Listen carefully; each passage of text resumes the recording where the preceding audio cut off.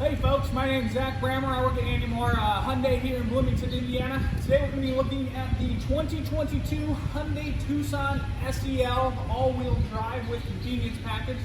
This specific one is Amazon Gray. It's got the darker interior. So if you find anything useful in the video, hit subscribe, hit like, hit dislike. I don't care. You're here to see the car, so let's get into it, all right? Alright, so the first thing we're going to start off with is the window sticker. This SEL with the convenience package, its retail price is $32,044. Gets 24 city, 29 highway for a combined average of 26. So we'll take a look at the rims here on this specific Tucson. And then we'll do a quick walk around here. So we've got some real dynamic body lines on this year's 2022 Tucson, and as well as a pretty cool looking grille. So the headlights go into the grille. So when the headlights are turned off, these four look like it's part of the grille, look sort of blacked out, which is nice. So we'll walk around to the back side here.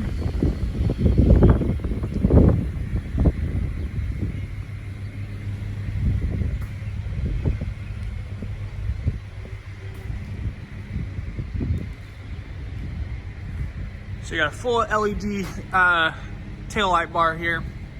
Come over here and we'll open. Oh, it's down below at the bottom there.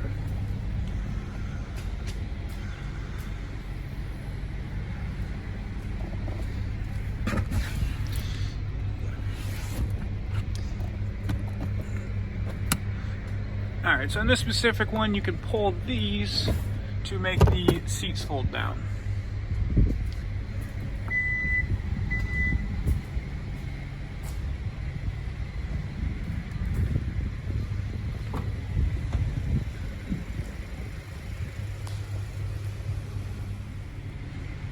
Alright, so now we're going to take a look at the back row seating. So we'll hop in here. So this front seat is all the way back. I'm 6'2", and my knees are in the back seat here. So if it was up a little bit, I'd have a little bit more space. But you have two vents for the back row passengers and two USB outlets, which is pretty cool. Typically, most of the Hyundais in the back row only come with one USB outlet, but this year on the 2022, they put two. You have two back seat pockets as well. So let's take a look in the front seat.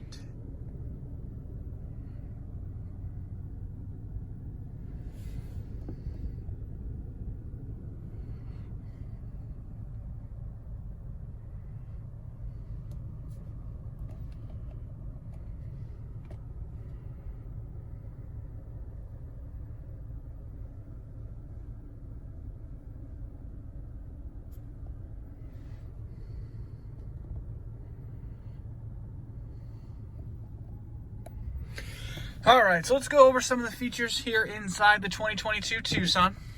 You've got your basic steering wheel controls right here. You've got the digital screen up here. Now, they kind of removed the hood that goes over it, so it's kind of like a huge open feel, which is pretty cool. Definitely, I haven't driven it in the sun, so I'm not sure if there's any sort of sun glare that's able to come down on it yet. But I'll let you know about that after I drive it for a little bit. So here's the infotainment center. Looks a little bit different than previous years. Usually it's more up here at the top, and this one's angled a little bit towards the driver.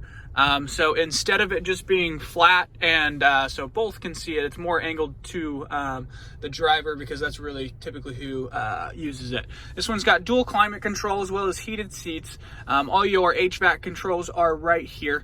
Now down here in this specific one with the package has a wireless phone charger that you would stick your phone down in here on this side. It's got two USB outlets, one on the left and one on the right. This one on the left would be for wired Apple or CarPlay or Android Auto, while this one just charges. And then down in between here, you do have one 12-volt outlet, which is pretty neat. I haven't messed around too much with this diffusing yet. but I've read a little bit about it. I'm gonna mess around with it, see exactly how it works and all that sort of stuff, but then we'll take a look at it. Even the driver or the passenger seat is a little bit more wide open than normal, because usually it would come over the top a little bit more, so it's more of a wide open concept, which I like. I feel like there's just a lot of space in here, which is pretty cool. Down here you have your electronic parking brake. This is your drive mode. It's no longer a button, it's a switch, so you can go up and down. So this one has snow mode, which puts you into four-wheel drive a little bit more. You've got normal, sport, and smart. I usually like keeping it in sport mode. So right here, this is a button you can toggle on and off the engine automatic shutoff. Now you do have to press this every time you get in the car.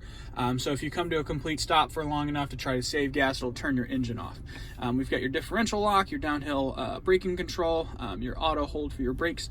Then if you press this button when you're stopped, you can pull up the rear view camera just by pressing it. Which you can also, on this specific one, there's a top view angle as well, so you can see exactly how close you are to a wall, and you can switch back by touching and pressing, going like that. So what we'll do now is we'll take it for a spin and then see exactly how it drives. We'll shut the... And it has a manual cover on this trim level as well.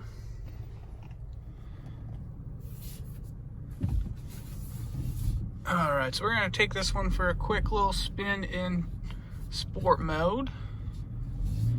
Take it for a hot lap and we'll floor it twice. So we'll come around this corner, come to a complete stop, and then we'll floor it and see what kind of power it's got. Steering's nice.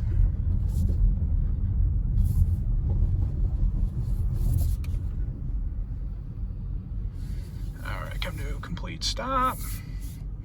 All right, now I'm gonna floor it.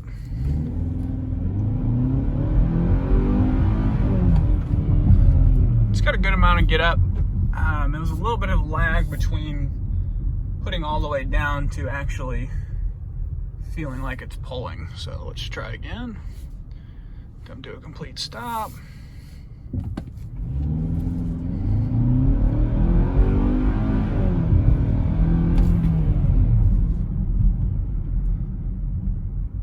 So this has the 2.5 liter engine in it. I believe some of the upper trim levels are gonna have a 2.5 turbo, which I'll make a video on those when I can. I believe it's the same engine that they have in the limited Santa Fe's, which putting that engine in the smaller vehicles will be pretty cool. Should be able to get up and go pretty quick. So what we'll do is we'll park this bad boy over here and show you the adaptive rear view cameras, all right?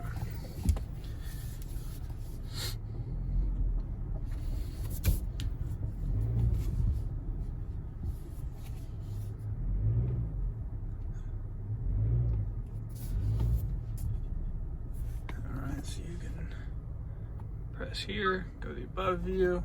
So yeah, we're pretty close, so we'll just park it there. We'll go through some of these menus real quick.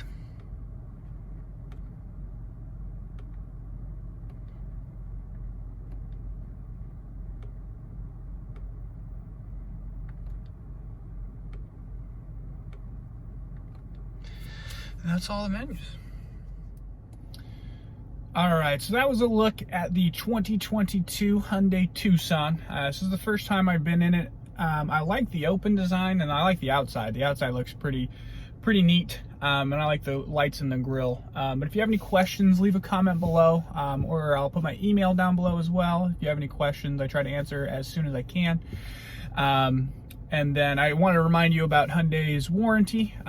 Each Hyundai vehicle gets 10-year, 100,000 mile powertrain warranty.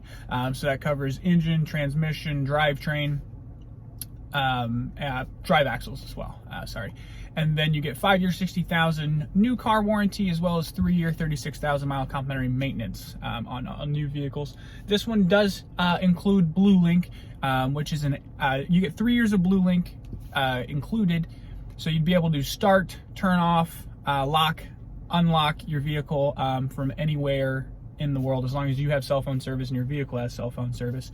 Some other cool things you can do with BlueLink is schedule service appointments. You can see where your car's at in the world. So if you're in a big parking lot and forget where you parked, you can find a pretty exact location of where your car is parked. You can set geo fences. So if you're letting somebody borrow your car and they go past a certain point, it'll send you a notification letting you know, hey, this vehicle's out of this area. You can set speed limits for the vehicle. You can do quite a bit. One thing I didn't touch on is the ambient lighting. There's some ambient lighting in both the passenger and then the driver's cup holders, as well as the wireless phone charging area. I haven't figured out if you can change the color of the lights on that yet. They're currently set to a bluish color. And then I need to figure out about the diffuser. So if anyone knows how to change the colors of the lights on the SEL with convenience package, let me know, and I can make a video on how to do that. And let me see if this one's got anything else. No, I think that should be it. So hit like, hit subscribe, hit dislike. I don't care. Do your thing. It's America. Do what you want. Have a good one.